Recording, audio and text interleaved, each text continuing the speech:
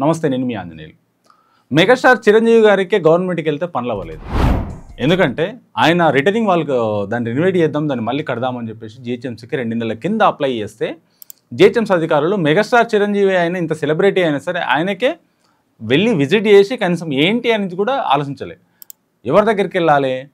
CM దగ్గరికి వెళ్ళినట్టే గలీజ్గా ఉంటుంది. డైరెక్ట్లో కోర్టులో పిల్లేశారు. కోర్టు నుంచి హైకోర్టుకి వెళ్తే హైకోర్టు నుంచి అప్పుడు రిప్లై వచ్చింది. ఇప్పుడు పని స్టార్ట్ కాబోతుంది. అంటే చిరంజీవి గారే వెళ్తే పనులు అవ్వాలి. జిహెచ్ఎంసీలో డబ్బులు ఇవ్వంది పని అవ్వదా? జిహెచ్ఎంసీ ఇంత దారుణంగా తయారైందా? డబ్బులు ఇస్తేనే పని చేస్తుందా? ఇంత అరాచకం తయారైందా జిహెచ్ఎంసీ?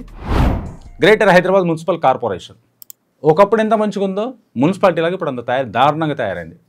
సామాన్య మానవుడు వెళ్తే పని అవ్వని రోజుల్లో ఉంది జిహెచ్ఎంసీ.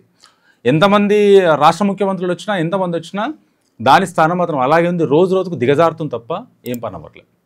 కానీ నార్మల్ జనాలు పోతే పనులు అవ్వాలి.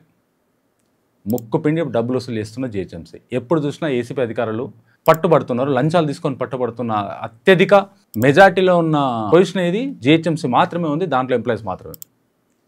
ప్రజలారా చూడండి, లంచాలు ఇవ్వకండి జిహెచ్ఎంసీ వాళ్ళకి. ఎవరికైనా సరే ముక్కు పిండి పని చేయించుకోండి. మేము ఇచ్చే దాంట్లోకి మీకు కట్టే ట్యాక్స్లో మీకు జీతాలు వస్తున్నాయి, ఎవరు అడగడానికి లేదు. మీరు ముక్కు పిండి పని చేయించుకోండి. జిహెచ్ఎంసీలో పనులు అవ్వతలేవు. దానికే ఎగ్జాంపుల్ మెగాస్టార్ చిరంజీవి. ఇంత సెలబ్రిటీ, ఇన్ని సంవత్సరాలు కొన్ని సెలబ్రిటీ, ప్రతి మనిషి గుర్తుపట్టే వ్యక్తి చిరంజీవి.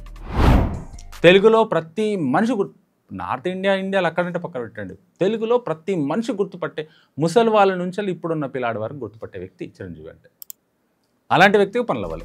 నార్మల్ జిల్లాలో పోతే పనులు ఎలా అవుతాయి? చూడండి, మీరు కూడా జిహెచ్ఎంసీకి వెళ్ళేటప్పుడు కూడా ప్రతి జాగ్రత్త ఉండాలి. మున్సిపాలిటీలలో కంపల్సరీ డబ్బులు అడుగుతారు. డబ్బులు అడగకుండా డబ్బులు అడిగిన వాడిని వంగబెట్టి తన్ని పని చేయించుకోండి. పని ఎందుకు చేయరు?